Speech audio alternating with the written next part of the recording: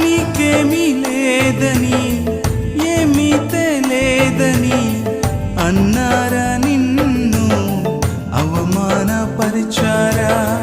తలరాత ఇంతేనని తరువాత ఏమవునోనని రేపటిని గూర్చి చింతించుచున్నావా?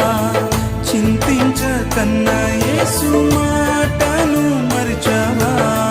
మారాను మధురంగా మార్చెను చూసావా? చింతించకన్నా యేసు మాటను మరిచావా?